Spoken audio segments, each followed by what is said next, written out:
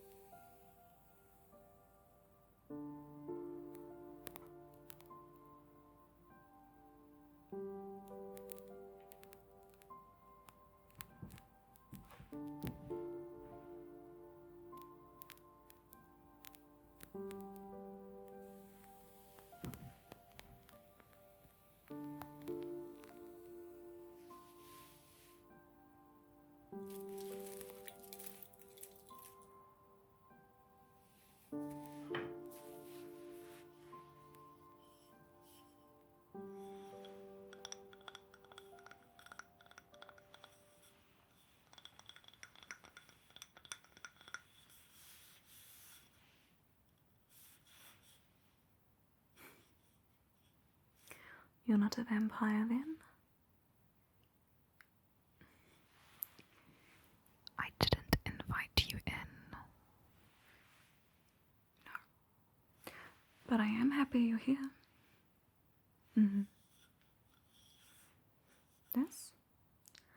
This is kindling. Which is what I tell most people, but you're not most people, are you? No. I could show you the process, if you like. Yeah. So, this is just a standard garden stake from the hardware store. Which works fine if you're strong. But sometimes a little bit of manicuring can help. Yes. I can show you. Yeah, come over here. Come on over. So, this is where I whittle sticks. This is just a standard stake that I've made. It's a nice light wood. It splinters easily, which is what we want. Over here is my work in progress file. Typically a stake takes about an hour for me to make, maybe less. Let me show you what they look like when they haven't been touched. So something like this. Not very pointy and quite sharp. So we need to give it a little bit of TLC. Let's see if I can find the one that I was working on before you arrived. This one. No, it was this one, yeah. So, you take your stick. You can see that the end has been started on. You get a very sharp whittling knife, and when you work on the stake, you're rotating it. Always make sure that you are cutting away from yourself, and always keep your fingers away from the blade. So, use your thumb to press into the wood, and just cut little pieces, like so. I like to press it in and the table to keep it nice and sturdy. And you just whittle away.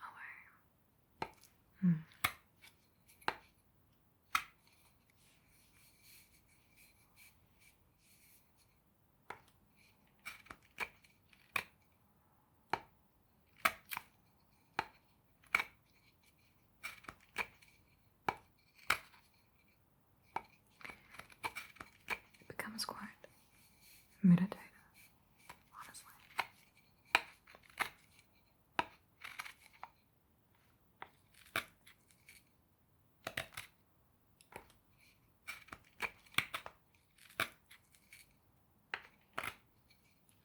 And after a while, you have something like this. A nice point to it. Now, one thing that I find with these gun sticks is the edges can be quite sharp. It's difficult to get a grip on it. Quite painful. So, what I like to do is I like to get a sanding block with some rough sandpaper, and I just sweep, sweep, sweep up the stick to get it nice.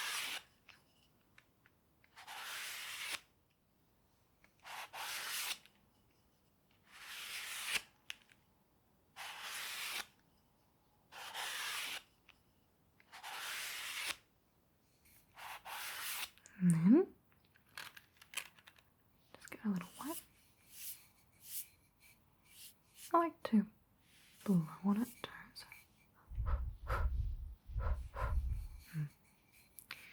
Nice and smooth. Easy to hold. Get a good grip so that you can take out some annoying little vampires.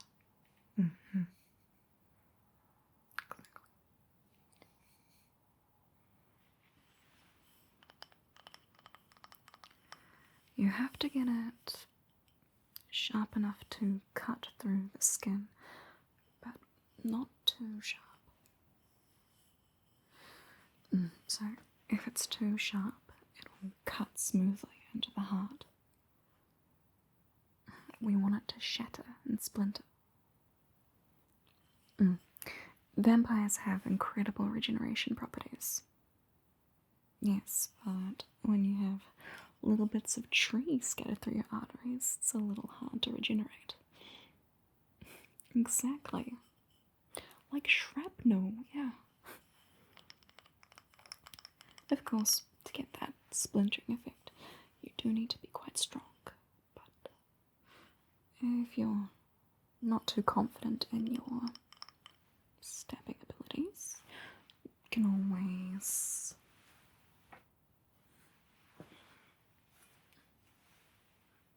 take a crossbow, load it up with your freshly sharpened stick, take aim, and boom. Bye bye, vampire.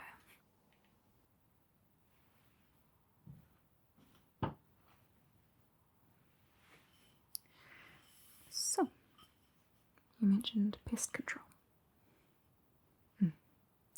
Let me guess. Werewolf. No? Haven't been experiencing fits of irritability ranging from mild to intense depending on the time of the month? No? Lucky.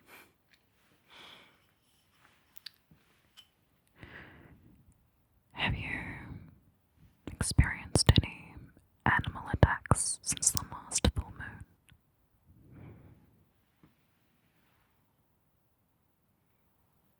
No, okay.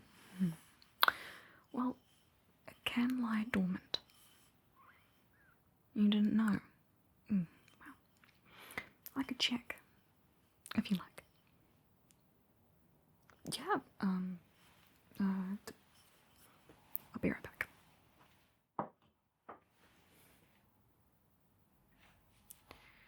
Let's see now. Where did I put it? Salt. Not what I need, but very good for demons. And fae. And people with high blood pressure. But not for now. Good to know that I have plenty of it. Let's see what else is on. Oh. Maybe we should keep this one hidden. Don't want to frighten them, though it is mine. So. No, not right now. Put that away. Oh, what is it? Oh, yeah. Strange blue experimental substance. Apparently it causes synesthesia. I'm yet to test it though, so I'll just put it back there.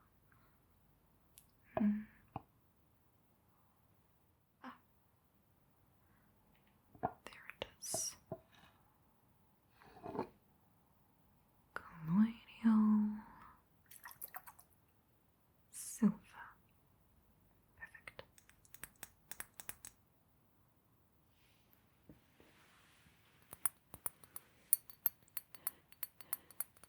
This is colloidal silver. Have you used it before? Okay. Well, traditionally it was used to treat cuts and infections because of its antimicrobial properties. And there are cases of its use dating all the way back to the Han Dynasty in China. But after antibiotics were discovered, it was abandoned. Not by folks like me, though. It's extremely effective in detecting cases of lycanthropy.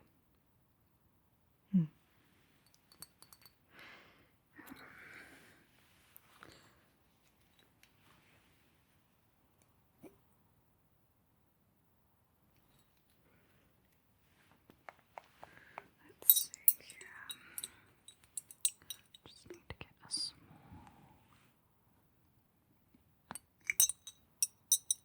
amount. This may be too much.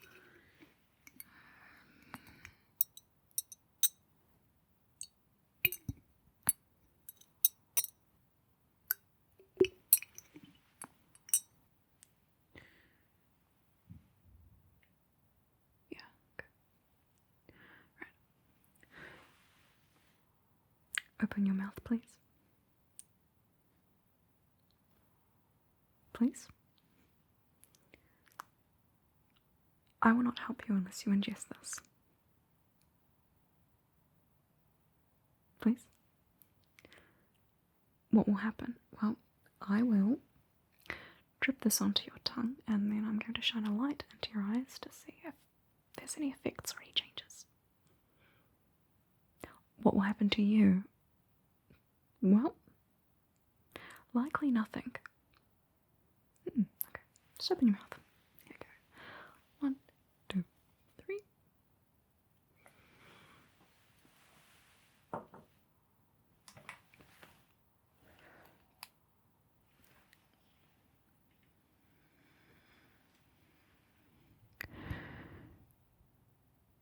But if you happen to be a lycanthrope, this should feel like ingesting hot battery acid. Yeah.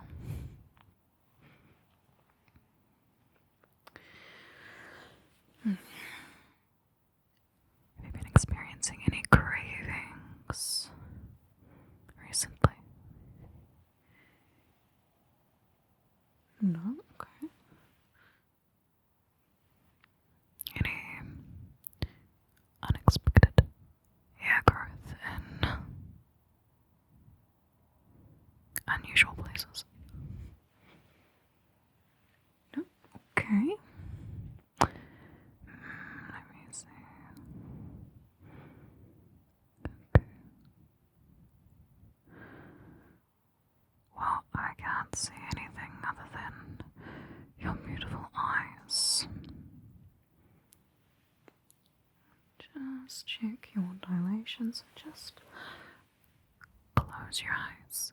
Close your eyes down. Just close your eyes. On the count of 3, I want you to open your eyes and look straight ahead. 1, 2, 3. Open your eyes. And once again, closing your eyes. Okay. And on the count of 3, look straight ahead at my nose. 1, 2, 3. No. Well, typically with cases of lycanthropy, we can see a little sliver of moonlight around the pupil when it dilates. But I can't see that. No. So, no lycanthropy. 1 second.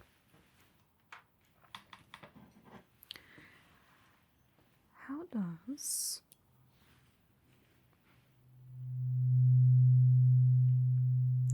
this make you feel?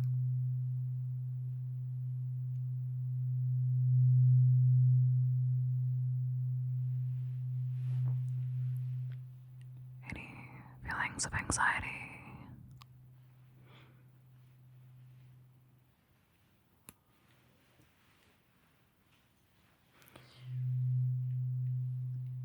Any overwhelming desires to rip your skin off?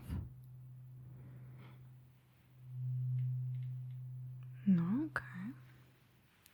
No, this is for demonic possession.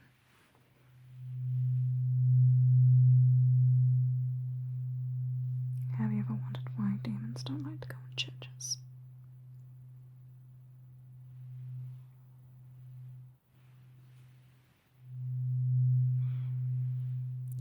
It's the bells. I can't stand it.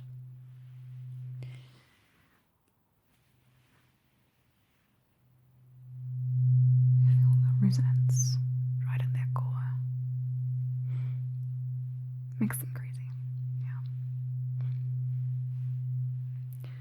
But by the looks of things, this is actually making you seem pretty calm.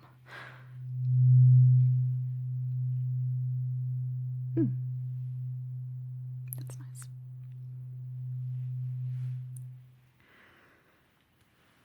So, no demonic possession.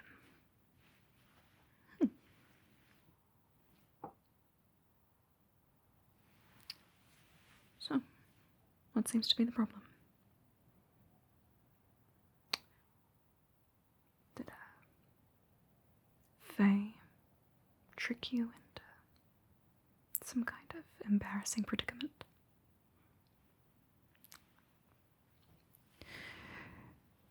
Did they enchant your face into making sounds when you touch it? No? Okay.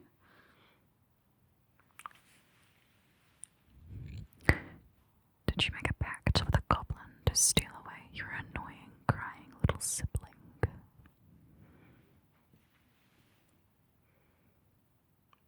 No? Okay. Did a zombie apocalypse break out while I was practicing my carpentry? No? Well, what is it? Nothing phases me anymore. No, I've seen things in this world that would make Isaac Newton crawl back up into his mother's womb. You can tell me. Go ahead.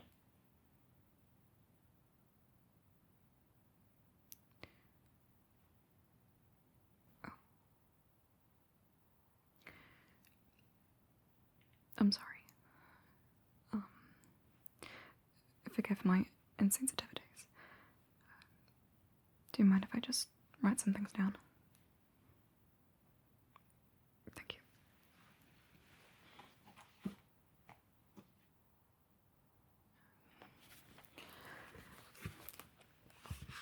I'm just going to make some notes.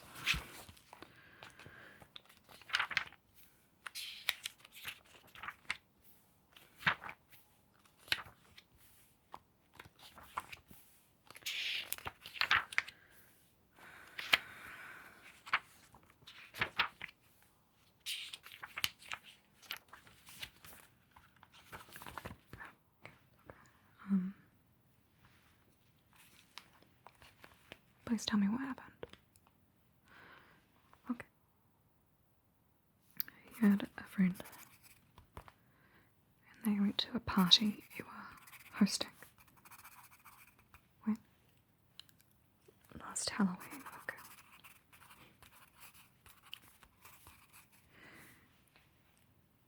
They went home early. Okay. Okay. You didn't hear from them for how long? A month. And they were... Okay, they turned up exsanguinated. I'm sorry.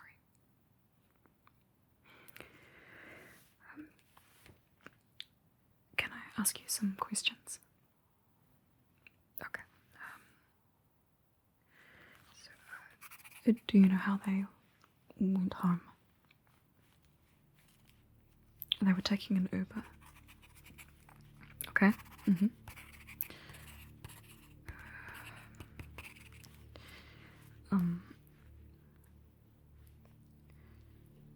Was it raining?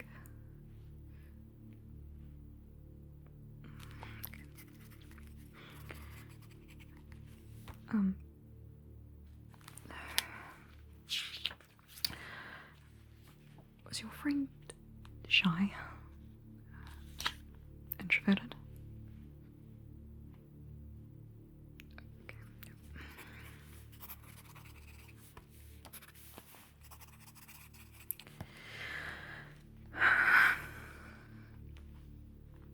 I think I know what happened to your friend.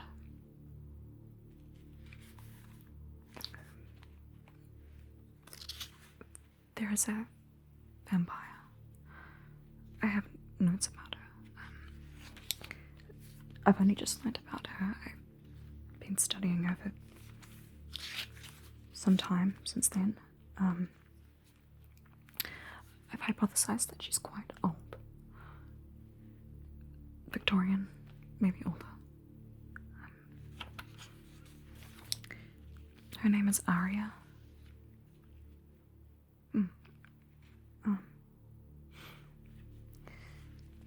She is darkness, apathy, and appetite, nothing more. Her preferred hunting method is to convince her victim to yearn for their end. It's the apathy, it makes her lazy. She expects them to do all the work. Typically, she seeks out those who are most vulnerable, lonely, isolated. She plays into it. It's the perfect manipulation. She becomes the voice at the back of the mind that lies and tells us that we have little to live for.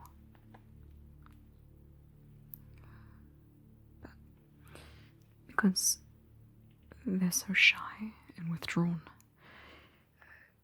their isolation means that few people search for them. Her arrogance was assuming that nobody cared for your friend. I can see you cared very, very much for them. You invited them to your party. And you're here now. Even after a year. I am truly sorry.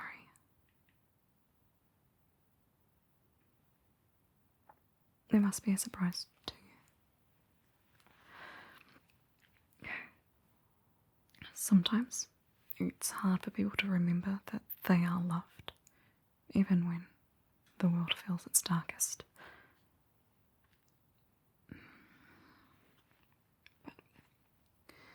We must remember that our capacity to love is only a reflection of the love that others have for us. Yes. And to yearn for that love only means that it belongs to us.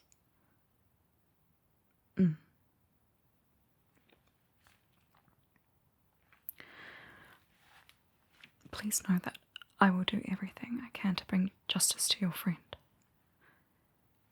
I've been tracking and studying this vampire since I learned of her existence, and you coming here was the final lead I needed to finally take her down.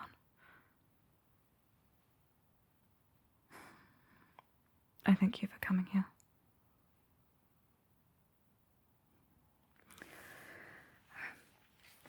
For now, I think it's best if I give you a means to protect yourself. Yes. I'll be right back. Okay, crucifix. Yes. Necklace. And holy water. Plenty there. Perfect. This should all do nicely. Okay.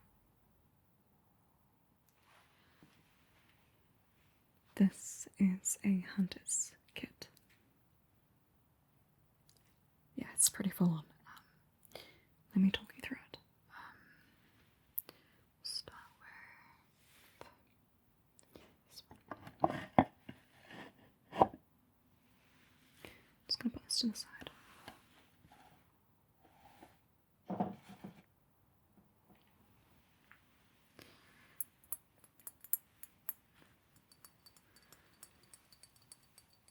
This is holy water.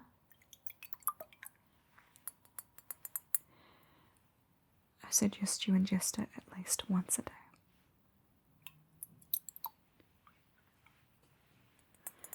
I know it doesn't look like much, but think of it as concentrate. Yes, if you take one drop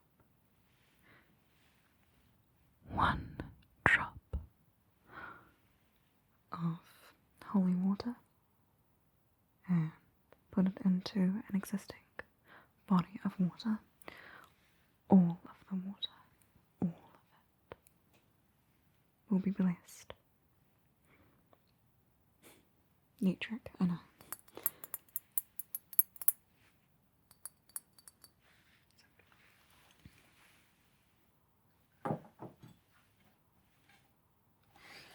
So, we have the crucifix, but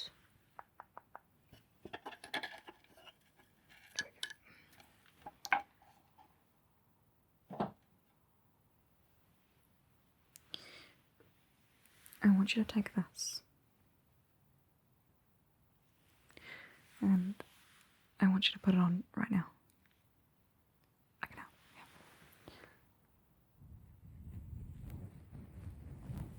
Okay. If you keep wearing it, it should ward off any vampires. As long as I don't convince you to remove it. But the holy water should prevent that from happening. Yes, it will dispel any of their compulsions. Yes. And I think you should take this.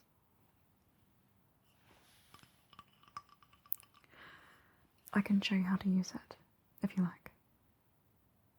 Yes. Garlic. The garlic doesn't do anything. No, it's just really, really good for your immune system. Also tastes amazing.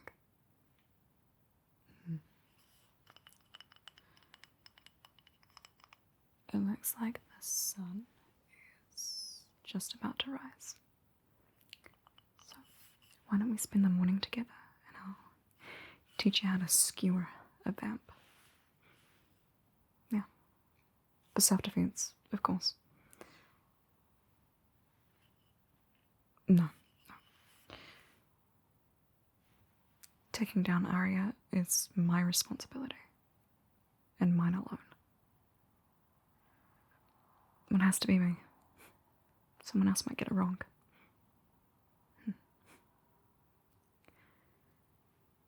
Let's go watch the sunrise. You will be perfectly safe.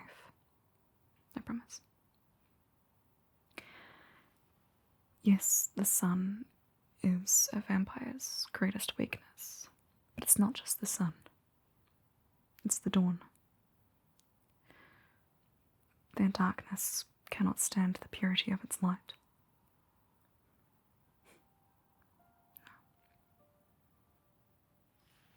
Come with me.